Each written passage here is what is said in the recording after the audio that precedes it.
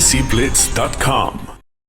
I'd like now to welcome Indian novelist, JCB Prize finalist, screenwriter and director, Samit Basu. And how are you, Samit? You okay? I'm very good, Balraj. Thank you for having me. I've been following and loving the lineup of panelists you guys have. So I can only assume the festival is going really well, because I would certainly line up to see all of it.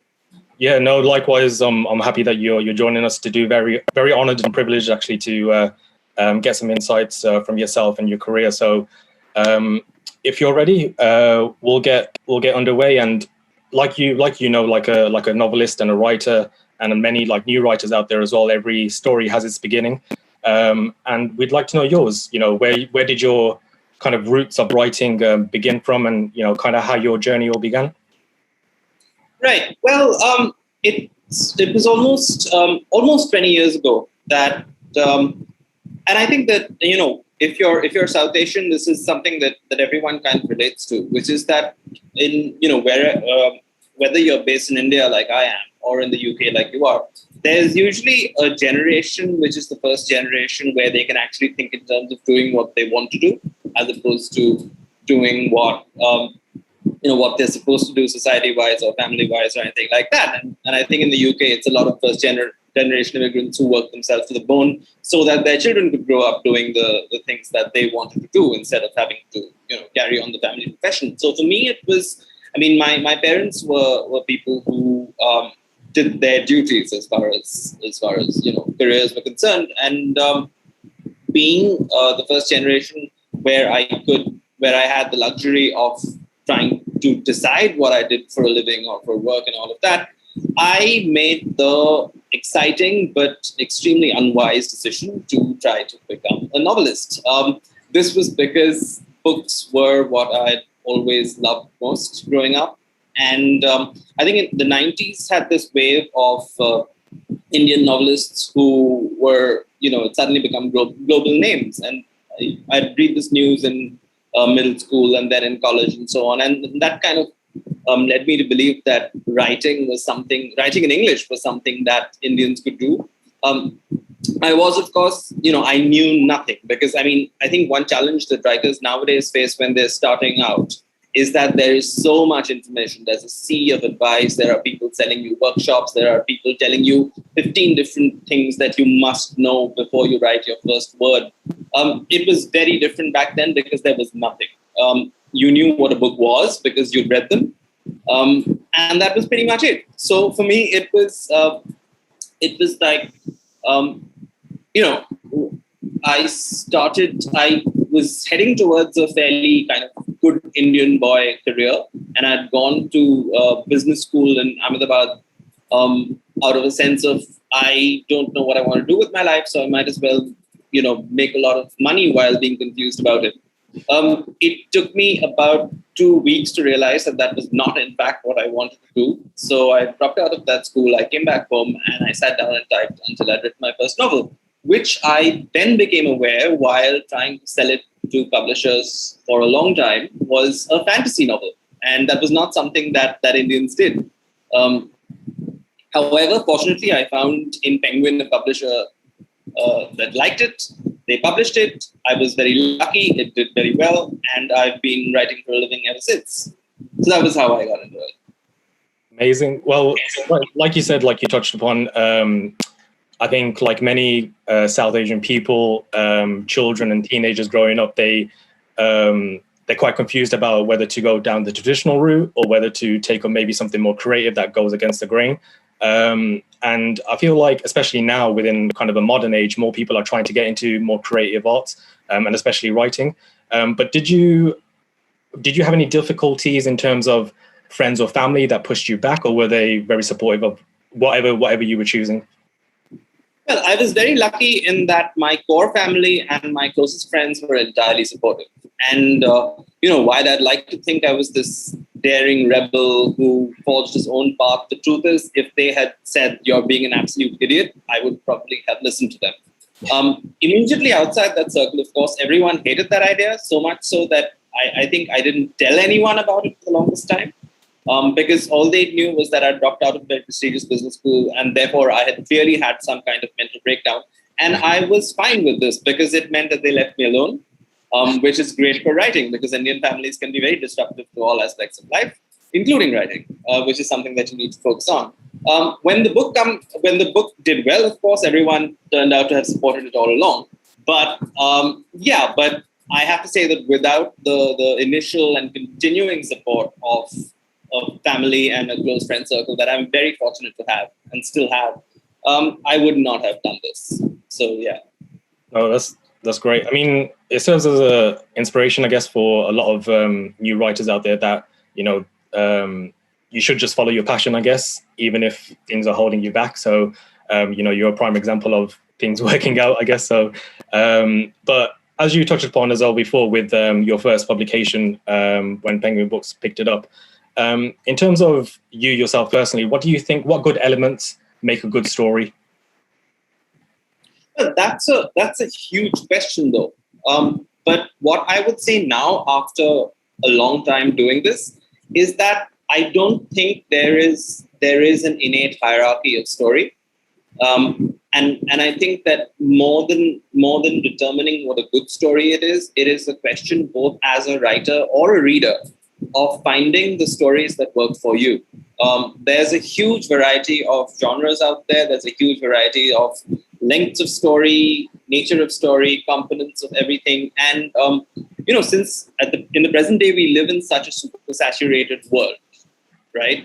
That you kind of begin to come to the media that you like from an initial set of recommendations that starts out with your friends, your family, and whatever various extremely powerful algorithms are telling you that you like. So I mean, I think, I think this is especially true again for people who are, say, for you, Balraj, you're in a very English-speaking environment with South Asian roots, and I assume, and I'm sure you're on the internet all the time, as everyone else. So there is kind of a monoculture in every social media network that you're in that is and every streaming service that you watch and so on, that is feeding you a pipeline of entertainment that could fill up your whole life if you let it. And I'm sure that you have a bewildering range of interests that in some of those things are widely different from the other things, right? But I think that one of the interesting things about the world of every medium, and that includes literature, becoming more diverse and I think this is accelerating, which is a great thing, is that the kind of established hierarchies of what makes a good story are being broken down and remixed across cultures around the world, across generations, across genders, all of that.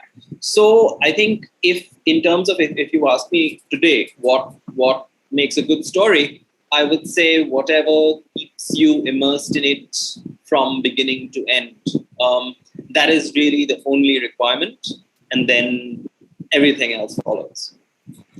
And what, as you said, a good story nowadays is what keeps you immersed. And I'm quite interested to find out about what kept you immersed. Were there any, I know your kind of direction is towards sci-fi and fantasy genres. And were there any authors or novels that pushed you towards that direction that made you feel immersed and captivated? Absolutely. So, in India, at least in the 80s, 90s, up to the 2000s, the sort of the channel of books was mostly more out of the UK than out of the US. So for me, it was a mixture of Bengali and Hindi books, not books so much, Bengali and Hindi movies and TV. But in terms of English books, it was a mostly British defined, whether it was children's books or literature for adults later on, a combination of Indian books and more UK books than US books. So, but the thing also is that genres kind of work differently in India than they do in the West. So, because our bookstores weren't divided up, at least in those days. Now they are. Now they pretty much look the same as bookstores in large parts of the world. But back when I was doing most of my most passionate reading, a bookstore was mostly a small room just filled with books from floor to ceiling and containing one elderly man who would look at you and then point at a book. and then you would pick up that book and you would love it and you would finish it and you would get the next book. I also in my family, I was in my family home, I was lucky enough to have a library, and that library was incredibly disorganized and incredibly diverse. So I grew up reading without any form of, this is high literature, this is low literature, this is crime, fantasy, etc., etc. I just didn't know. So I just read everything. And it was just that the first story that came to me was a story that is best described as fantasy. So I think a love for world mythology and history, but also writers such as Terry Pratchett, Douglas Adams. I hadn't read Neil Gaiman at the time, but my love for fantasy started when I fell into The Lord of the Rings when I was about 11. And I never really fell out for many years. I lost count of how many times I reread that book. So I was aware broadly that it was under the same umbrella of storytelling. What I didn't know was that it would be a wholly separate system of publishing and the whole other set of writers, and that publishing was segregated in that way. So it was, I think, because that first book did well, and it was sold as the first English fantasy novel out of India that wasn't a retelling of mythology. That I kind of figured, okay, it turns out that I can do this and this is the type of thing, so I should keep doing it. And that's where the next few decades went. Yeah. Well, did you think that reading those books, both in India and then obviously Western books as well, that helped you write in English? Because it's not that common for an Indian writer to, kind of challenge, I guess, more sci-fi and fantasy writing. So do you think reading those books as you were kind of progressing helped you to write in English and kind of grasp audiences across the world? Well, I never really thought of English as challenging because it was the language that I was educated in, and we spoke it pretty much, as one of the two main languages around the house. So, no, it was, so I don't think it was challenging at all because we grew up with language. Yeah, no. So obviously moving on from that, and now kind of as an established writer, your actually new book, The City Inside, which will be released in the UK soon. But am I right in saying it's released as Chosen Spirits in India? It was released as Chosen Spirits in India. It's going to be out in the US next year in summer. The UK deal hasn't been finalized as yet, which I am, fingers crossed that it'll happen soon. My first entry into UK publishing happened around a decade ago, 2012, with Turbulence, which was just the best experience, really, because I think growing up, we'd always, and especially the more I dealt with fantasy as a separate category of publishing, it was very clear that the homes of that were in the US and the UK, and that's how it looked like from India, though of course the US market is much larger. So it was lovely to see the book, just sitting next to all these authors that I'd grown up just being, and at a point where you don't grow up thinking you're going to be an author. So the imposter syndrome takes a long, long time to go away. But seeing your book sitting over there certainly helps. And can you tell us a bit more about The City Inside? I think you've described it before as an anti-dystopian novel that will be. And can you tell us a bit more about the influence behind the novel and what readers can expect from it? Absolutely. So The City Inside is set in Delhi approximately a decade from now, and it essentially, it follows a pair of people, a woman and a man who they're not super politically involved. They're reasonably privileged. All the various turbulent things politically and socially that are happening in the country around them in the near future, which is not a very pleasant near future. They're all things that they can kind of let slide by if they just stay in line and do their jobs because they're privileged enough to not be super affected by all of this. But of course, it's a late capitalist society. It's a surveillance society. The climate isn't anybody's friend. There's all kinds of turmoil happening around them. So they get caught up in this sequence of events that makes them really question their place in the world and what they could do if they wanted to change things for the better, given that they're not people who can actively change the world. They're just not powerful people. It's set in the primary protagonist is a woman named Joey, who is the equivalent of what a multimedia social media manager and TV producer would be 10 years from now. She manages the multimedia live stream of this fairly problematic but very popular, constantly live streaming person. And then one event leads to another, and she and the other protagonist, who's a reclusive childhood friend of hers, who she picks up on a whim and offers a job at his father's funeral. They have to figure out their ways to deal with the chaos around them and stay sane as much as they can. So it's not a book about people who are kind of saving the world or even changing it significantly, but it's about people who are just trying to cope with a slightly exaggerated version of the world we're actually living in this very day. I think it's quite interesting that you said, obviously it's set in kind of 10 years time. And I guess with sci-fi and maybe futuristic novels, they're set way into the future. So, 30, 40, maybe even 100 years.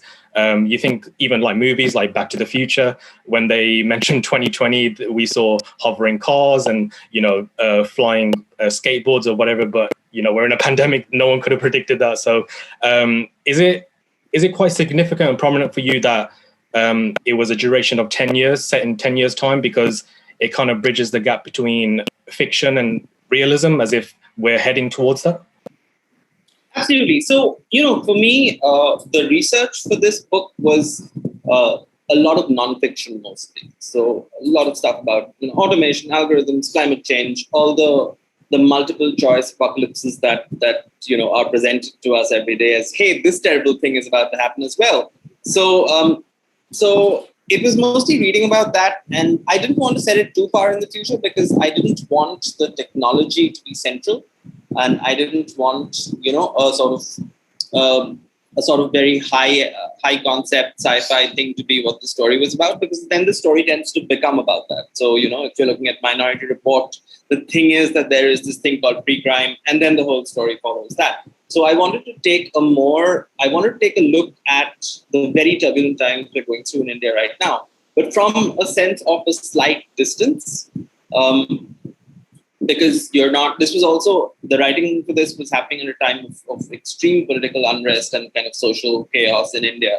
And I wanted to take a step slightly away from it to just see if I could see where we were going, maybe. Though having said that, it's not, with sci-fi or fantasy, even if it's political or even if it's very related to the world that we live in now, it's always kind of an expression of the hopes and anxieties of the time that it's written in, even if it's set 20, 100 or 1,000 years in the future or past or alternate world or whatever. I think if you track the course of the fiction as expressed by the human imagination through the history of sci-fi and fantasy, you end up with a nice archive of the fascinations and the fears of whatever era the books were written in. At the same time, it was always a big temptation to try and see if I could predict the future, because that's always, and I know that's not my job, and it's not anyone's job, and it's not something that anyone can do except Paul the Octopus. But it was also the thing where everything I was writing was being spoiled by the news, because things are changing so fast all the time. So say some horrible event that I decided was going to happen 5 years from now happens in a week. And I would, apart from a sense of general rage and desolation as I looked at the headline, would think you weren't supposed to happen until at least 4 years later, and you are ruining my plot. So it was a question of constantly kind of steering past the specificity of predictions. Another reason why I kept it 10 years in the future and not further was that I wanted all the prevailing technology to be identifiable, slight extensions of things that we already know, because everything in the book is actually has mostly already been invented. It's just that we're not seeing it in mainstream use so much, because, for example, in 2006 or 2007, when we first started using Twitter, no one knew what kind of monster it was going to turn into 14, 15 years down the line, actually affecting world politics and society in general in such a big way. So, I mean, that was something that I found very interesting. So it's definitely the most constrained book that I've written, but it was a very different and interesting exercise. Do you think you'll tackle similar experiences in terms of predictions in your future novels? Will that pop up again, do you think, or? I don't want to. I don't want to at all, because it's not fun. Like the research is really depressing. It's because when you're reading about climate change, for example, it's all very interesting, but you wish it were happening very, very far away from you, but it's not. So that degree of immersion in really studying current affairs is not something I would wish on myself or anyone else. So I'm certainly going to be avoiding near future books for as long as I possibly can. And this is something that I've seen other writers who are writing near future books talk about as well. Like, it's, first of all, the future is changing faster than you can predict in fiction, and then people think that's your fault. But perhaps more importantly, it is just the worst thing to see experts predicting doom and gloom everywhere, and knowing that it's very, very unlikely that our society and our politics will actually steer in a direction that allows us to fix it. So it's like, it's the worst kind of spoiler, really. And so, no. Well, it's quite intriguing, actually, because I think many new writers don't know this, and especially established ones like yourself, that how much planning and researching goes into kind of one book, especially maybe sci-fi ones or futuristic ones. Could you just tell us a bit about, how much time and dedication actually goes into planning the book before even writing it?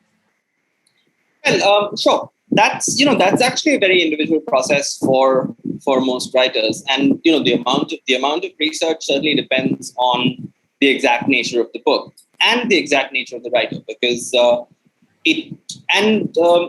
this book, for example, I do think that I could have spent far less time in research than I did, because you always you get over anxious when you're researching, because there's so much you don't know, but then you also realize that human knowledge is infinite and you could spend years just reading on the same thing. At the end of the day, the book is going to be a certain length and there's only so much you can fit into it. A problem that new writers often have is that when they do a lot of research, they're so proud of it that they put all of it into the book, and then get very upset when the editor says, yes, but these 50 pages on this thing that you happened to read that one day and felt that readers should know you did that work, this needs to go. So I think in general, with most books, you have this iceberg-like situation where you need to be aware of a lot more things than are on the final page. And in terms of research across genres and across media, I think it always helps if you really like the kind of book or the kind of film or the kind of comic book that you're creating. And while, of course, it's not necessary to have read everything in that space, it's good to have an idea of what the classics are, what the contemporary work is, what really interesting things has been successful in whatever sense, because chances are that even if a large portion of your audience or your readers haven't engaged with that, a lot of people have, and so you want to be in as much control of what you're inevitably going to be compared with, just so that you're not reinventing the wheel, and putting a lot of effort into it when vastly popular and very good creators have done that same thing a month ago. Yeah. So yeah, no standard time, really. Yeah. But there comes a point where you just cannot research anymore, and that is a good time to get into the book. I'm sure. I know some of your other collections probably did take maybe a bit more time, such like the Gameworld trilogy, Turbulence, even Adventures of Stube as well, which we'll touch on a bit later. And with these collections that you do, some of them have trilogies, some of them are 2 books or 3. Is there any significance to why you've had multiple collections like these? And also, is it difficult to write the first book in a collection or the subsequent books after it? I think the first book is usually the easiest and the most fun. I did a lot of series because I tend to mostly, and this is a good thing, really enjoy the story once I'm getting into it. So just the process of creation and the process of there is a point in each book where you finally find yourself getting into that world as well. And so if you finish that book and then it does well enough outside for people to say that, we'd like to know more about what happens to these characters, it is always very tempting to dive back into that, because it also spares you the trouble of making up new people. And so it's like home, you can go back, you love these characters, you bring in some more, you tell a bit more of the story. But I think what we're seeing nowadays is that either you have series in any format that run endlessly because there is this vast audience. But if you're trying to do new work or work that is kind of unusual in any space, it's best not to plan a series in advance, because you don't know where publishing is going to go. You don't know where the film industry is going to go. So it's so I'm going to try and do standalone work for the next few things, because everything is in so much chaos that it's my first series, for example, the trilogy, was something that I just gave most of my 20s to. I spent 7 years writing 3 fat books, 140,000 words each. Since then, my books have consistently gotten shorter, because both as I try to juggle more projects and I get less confident about people's attention spans as well. So I'm just trying to kind of pack the story into as few words as it'll take and then put it out there. But it's great fun writing series. And I think that if you're in a space where you are, where your publisher is excited to do more and your audience is excited to do more, and you actually have more story to tell. So with the Turbulence series, for example, I decided not to do a third book in that, but there was enough interest. But I just felt that there were a couple of things that I felt would be interesting and new in the space. And having done that, I didn't want to do a third book just for the sake of having a third book. So I decided I would do it when I had something new and interesting to say. And as it turned out, I didn't have anything more that I thought was new. No book. The first book was called Turbulence. The second was called Resistance. So to prevent myself from writing an unnecessary third book, I called that book Flatulence in my head. And it worked. There was no third book. That's fine. But, well, as you mentioned, the Gameworld trilogy as well, it was a very prominent series in your catalogue, I think. It was, very mesmerizing, mythical, creative as well. And like we said, kind of at the start of our chat, you mentioned Lord of the Rings, and that's what the kind of trilogy reminded me of, was that kind of mythical creatures and storylines, and a lot of characters, but characters that weren't just nonchalant. They were part of the story and part of the subplots. And I just wanted to know how you come up with such a world like that. Is it just kind of guessing, or is it your creative genius that just brings out all these ideas, like characters and worlds and names, and how do you do that? I wish I had a lot of creative genius. I don't think I do. In terms of these books, so that writing a fantasy trilogy is one of the done things, or at least was in the field at that time. Like everyone was writing these big trilogies, and it seemed like a nice aspiration to have. I think the first book owes a lot to Terry Pratchett's Discworld series, which was not only something I was completely hypnotized by, and I read 30 of those books, and they kind of all blurred into one another. What I really liked was the sense of this one hub of story where thousands of other stories kind of met in this melting pot culturally. And whereas Discworld was it had a lot of world mythology, but it was also quintessentially British. And for me, the starting point of the Gameworld trilogy was trying to see if I could do a very multicultural fantasy. And one thing I loved a lot about Terry Pratchett was that he didn't take it all very seriously. Everyone was not wandering around being vaguely Shakespearean, but they also had these, they were real people with messed up lives and very everyday interests. There was normal people often thrown into very extraordinary situations. So for me, it was. I wanted to see if I could do that, but to have the core of it be world myth in a way that hadn't happened a lot before in fantasy. Like I think in the first book there's of a cast of a few hundred characters, only two of the significant ones are white, for example.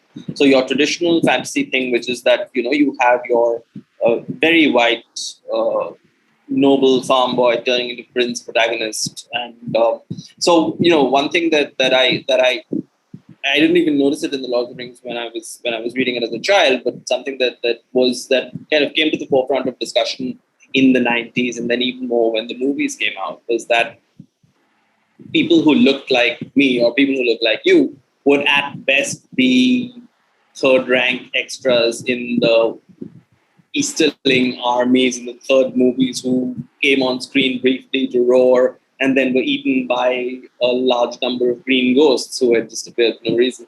And I didn't like that. And I think it was fun for me, though it was not something that was something that I talked about a lot when discussing the book. It was fun to me to kind of take, Arabian stories, Indian stories from various parts of India, mash in a whole bunch of other world mythologies, make a lot of references to iconic books and movies, and just create this big chutney, really. Yeah. Where I was trying to both celebrate the fantasy books and the epic stories and the legends and histories that I had grown up loving, but also to kind of take a look at them and poke them where they needed poking. And so, yeah. Sorry. No, go on. No, I was just going to ask. So, are any of the characters in the trilogy, or even in your previous work as well, are any of them based on, I don't know, maybe yourself or friends or anyone around you? Well, everything in Chosen Spirits or The City Inside is based on at least 3 people I know, because I wanted to do that to kind of. I've also spent a lot of time amongst kind of during my years in Bollywood and in the publishing industry. I've spent a lot of time around people who are famous and really enjoying themselves, people who are famous and really hate it, people who are influencers in various degrees, and the producers and the very stressed out people behind the scenes. So a lot of my friends are journalists, for example, or people who run festivals, or so the slightly backstage, the people who are just backstage, but also kind of get pulled into the action sometimes against their own will, such as you at the moment, Balraj, are people who I always find very interesting, because there's this interesting balance of public and private and feeling many things but not being able to say them, but sometimes saying them anyway. That I thought were and this was the sort of emotion mix that Chosen Spirits or The City Inside certainly centered on. The fantasy novels, I'm happy to say, are not based on people I know at all. So I mean, if they draw their origin from people I know, they're people I know from fiction. So characters will be compounds of iconic characters from films and books and so on. And it's a good thing that they're not based on people I know, because often very violent things happen to them, and I wouldn't wish that on people I actually know. Okay. Just before we move on to the next question, I just want to remind the audience that you yourself can ask questions for Samit. If you want to put them in the Q&A box, we'll be sure to answer as many as possible towards the end. And I'm sure Samit will be glad to answer more questions from us. But moving on from that, from the sci-fi genres, you do actually write The Adventures of Stu, which is a children's story, and I guess young adults can read it as well. Do you find the creative process is different or similar from writing, more, I guess, adult fiction to children's fiction? Well, it is different, of course, but only to the extent that there are certain constraints you put on yourself not to have no sex, no violence, which is not always the case, but certainly in my kids' books there was no violence, and a general moderation of the language that you're using throughout. But apart from that, the fundamental, it was fundamentally the same as writing for adults, because between books and films and comics, I've written across a wide number of genres, right? So the adult books have mostly been sci-fi or fantasy and various things, but the comics there have been horror things, there have been comedies, the film I did was a rom-com, and so on. So I find that across genres, I think once you are able to immerse yourself in the world and see things as honestly as you can from the point of view of the characters who are experiencing it, after that point, all storytelling is the same. Everything else is just a matter of, the format that it's supposed to be in. So in the case of the children's books, and the children's book was something that I wrote largely to make myself feel better, because I'm spending that time failing simultaneously at a large number of really large Bollywood projects. And I wanted to do some writing that would make me happy and would not be then chewed apart by studio executives. So I was, at the time, a lot of my friends had kids who were in that age group between 10 and 14. And I, spent a lot of time hanging out with those families. And the kids were really different from what I'd been like as a child. So it was fun just writing about their lives mostly.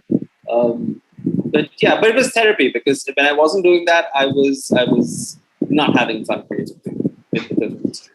And obviously, you've done a lot of work within film as well, like you said, trying to get into Bollywood. But you did also actually co-direct and co-write a Netflix film in 2019 called House Arrest, which is kind of a story focused on an isolated man, but a happy man. And I just wanted to kind of pick your brain about the film idea, about the whole concept of it, because it was quite original, and I just wanted to know the influence behind making that type of film, and what was that like as well. Well, I mean, on the more high-minded side, I think I've always been, as someone who spent a lot of time, sitting in a house, sitting in a flat by himself and doing the work. I've always found the idea of creative solitude very interesting. If you can portray it not as something that is dysfunctional or something where the person undergoing it is some kind of, he's suffering from major trauma and so on, but just as a normal thing. And I've always found that in the process of trying to kind of get anything done, even if I'm completely by myself in the flat, there's always in the modern world so many distractions that come up to enrich your day and sometimes ruin it, whether it's online or whether it's people just showing up because they know you're free. So but on what led to this idea, it was actually a series of failures that led to this idea. And what had happened was that since around 2005, 2006, I'd been in conversation with producers in Bollywood to make my books into movies. Except the things that my books were not Bollywood at all, in the sense that, they have their own, for the large movies, have a fairly specific set of things that they like to do, and those did not match with my book at all. And also the idea of, we've had fantasy and sci-fi storytelling in Bollywood, but it has always kind of, perhaps, what's a polite way to say this, lacked the logical frameworks of the fantasy and sci-fi films that come out of the rest of the world. So the idea of a book is something where you followed that story and you kind of broadly stuck to the rules of the world was something that wasn't really working out. So I was wondering for a long time how to write something that would actually get made, because it was just failed project after failed project after failed project. So everything I was writing became smaller and smaller in ambition. So from a situation where, there's a vast planet that's a whole new thing, and we have a huge cast, and there's magic and special effects and wars and dragons and whatever, I kept lowering the scale. And it was only when I reached a situation where it was a story of one guy in one flat that producers were like, fine, we'll just make it. Because it was literally something that if I hadn't found a producer for it, I would have shot it myself in my own house. Then, of course, after the Yes came, it escalated wildly, because then we got movie stars and suddenly it was a big production. It spiraled in the opposite direction. But that was the honest answer as to how that story came about. It's just, I need to make this smaller. If this doesn't work, I'm going to set something in a car. Do you think any of your novels will be adapted for movies or films? Well, I hope so. They've certainly, I have a couple of Hollywood options open on them. I've had about 4 Bollywood options down the years. But it's also, it kind of, so little about any of this is under your control. So, and there are always, people still, I think, for example, that just seeing Dev Patel in The Green Knight was a big step forward for South Asian actors in this sort of movie, because you don't really see them very often in lead roles. So because the central cast of my books is pretty much always South Asian, I feel like they'll be made at some point, hopefully while I'm still alive to see them. But given the nature of film industries worldwide, I don't know when that point will be. But I mean, there are producers currently attached to them, but we'll see. Do you have any actors in mind or actresses that you'd like to include on the projects? Oh, listen, I mean, I've been at this game for a long time. So my dream cast for anything is whoever gets signed up to play it. Because I've been in a situation where I have dreamcast my books, and I've heard that somebody has actually read an article saying that, oh, but you wanted this person for the role, so bye. So I'm not doing that again. That's fine. Well, it's quite central to your novels and your work as well. Is you include a lot of South Asian cultural elements and Indian settings as well, such like names and places. And I just wanted to know, kind of, I guess sometimes, especially even within UK with British Asian writers, they might conform to a certain type of style to appeal to an audience, but you kept it quite true to your environment, to your settings, to your upbringing as well. And I just wanted to know kind of the importance of that, to get that across to readers that, there's this whole other, Eastern world out there. And along with that, kind of your view of the future of South Asian literature as well. It's always been an interesting question because, say, for example, South Asian culture in itself is so very diverse, right? I mean, there will be, I'm sure that you and I will have more cultural overlaps than we would with someone who wasn't South Asian. But even within us, I'm sure that our fundamental reference points would be quite different. And it would be the same set of differences for people of South Asian origin in various parts of America or various other parts of the world. But what was interesting for me when I started doing this, and it's something I started doing with my first book and have done ever since, is that I don't think that my generation grew up with the expectation of being represented in the books that they read, especially if those books were in English. So when we were reading children's books, for example, when we were reading Enid Blyton, who's still popular in India, even though she's not really published in the UK anymore, or Roald Dahl or whoever, we just took the characters, we loved the characters, and we went along the journeys with them without expecting them in any way to be similar to us.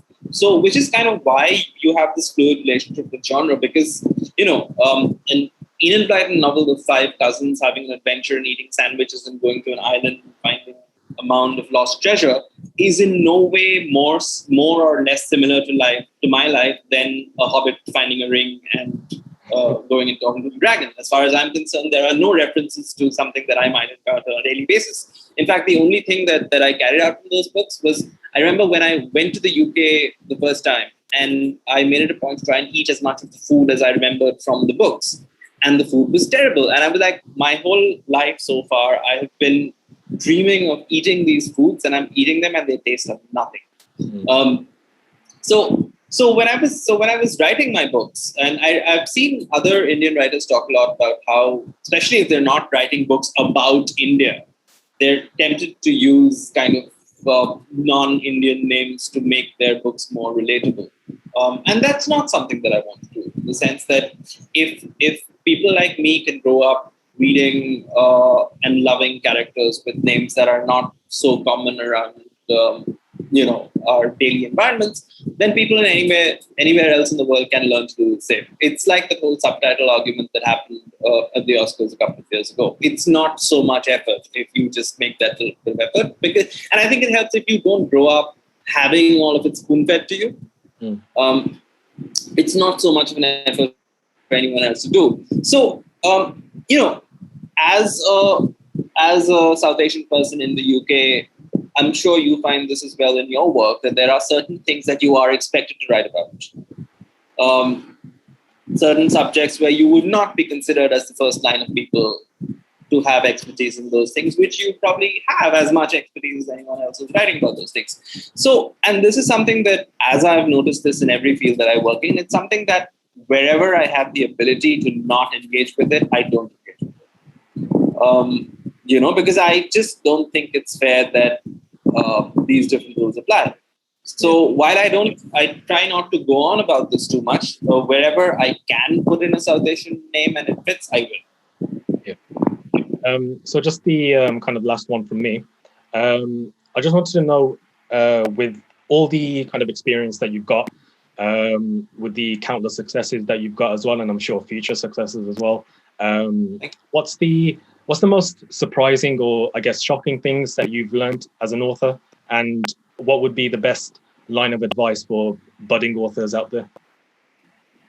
Right. Well, it's hard to say what the most shocking thing is, because I mean, since I've been working in the creative fields one way or another for almost 2 decades now, there's been a lot of drama, and it's hard to figure out what the number one event is. But I think overall, if I had to put down sort of the one thing that I wish would change the most, is that there's a great distance between there being a lot of talk about progressive action and a more equal workspace and a more equal creative field, whether on the production side or on what you actually see on screen or read on the page. But there has been progress since I started work, but the global hierarchies of storytelling and the local hierarchies of storytelling in any country are very resistant to change. And there is a certain degree of conversation about it, which seems to, it's very rare that it's followed up by any actual action, in the way that the terms of engagement, both as creators or as producers, or the kind of stories which people feel confident to find an audience, there has not been a lot of progress on that front. And I would really like to see that change. I don't know if that counts as shocking. In terms of advice to young creators, I would say, and this is actually not what I would have said some decades earlier, but I would now say that you're going to need a lot of patience, especially if you're not working in a field where there is a very clear line of you do this and you get that, and it is all very clear and transparent. And that is especially true for South Asian and creators of color in any medium. You're going to need a lot of patience, and you're going to need a lot of tolerance and a lot of stamina, because you're going to you are constantly reminded that you know nothing about how things work, and you're probably, and everything is indexed to privilege, of course. Right? So if you're very privileged, it doesn't really matter what color you are or what gender you are, but you're going to face a lot of success of being successful to whatever degree in the creative fields is about resilience.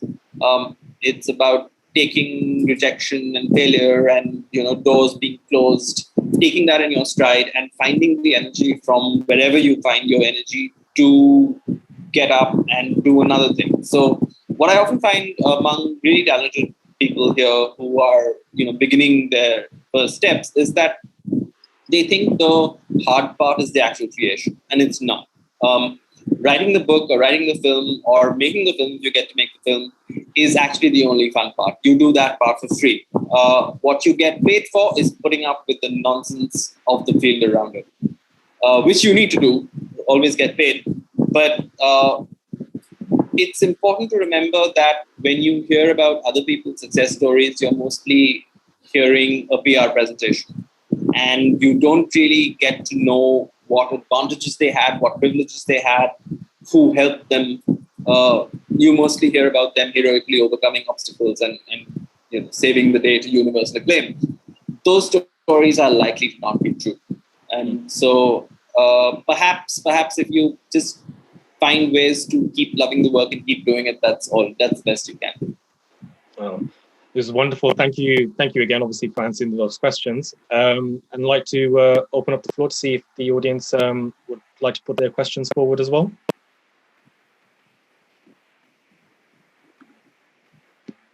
I'll just put one.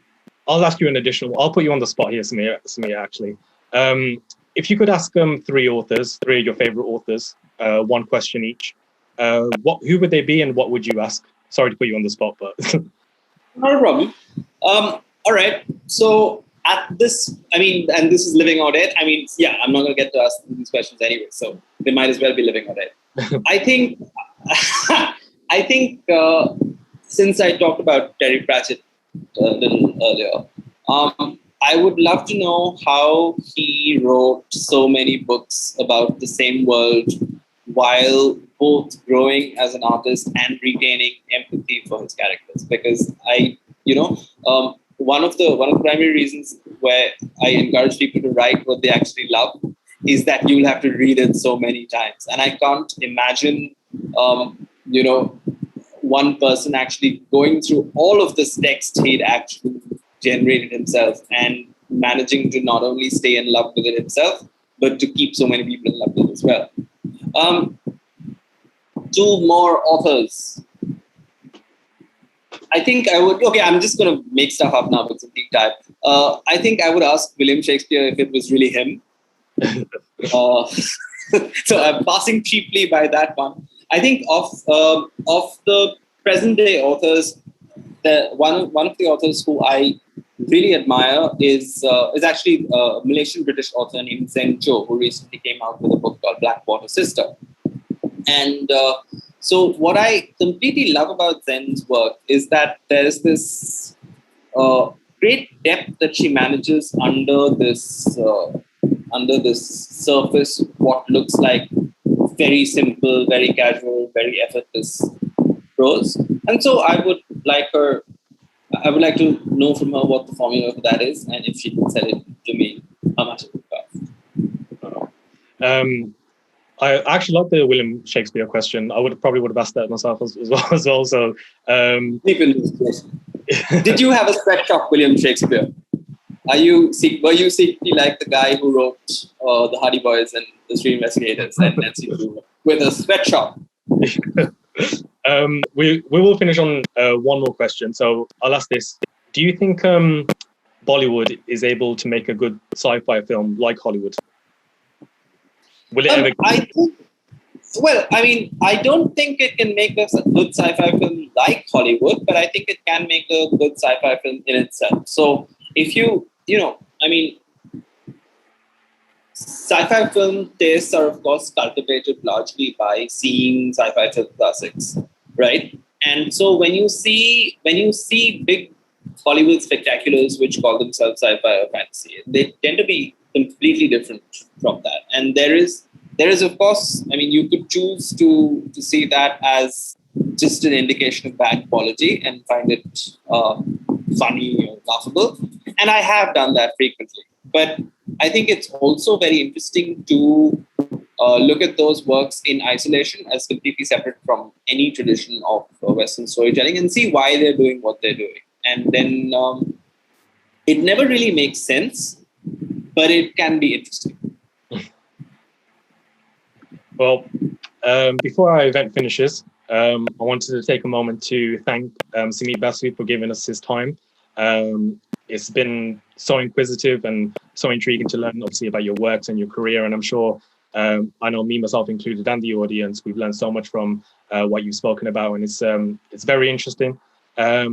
So I'd like to obviously thank the audience as well for their attendance today. The Online Literature Festival has been produced by DESIblitz.com. And it's supported by the Arts Council in England. And it's always been a proactive in supporting art and creativity. You can find out more about how we do this and all the details of further events happening at this year's festival by visiting www.desiblitz.com/arts. Samit, thank you. Thank you so much, Balraj, and thank you, DESIblitz. Absolute pleasure.